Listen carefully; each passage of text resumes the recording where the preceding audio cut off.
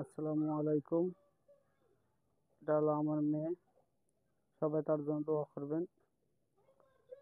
অনেক সুন্দর করে ভিডিওটা করেছি, তারপর ভিডিওটা জানি না দর্শকদের মাঝে কিরকম হয়েছে তা জানি না, কিন্তু আমার মেয়েকে সবাই দোয়া করবেন।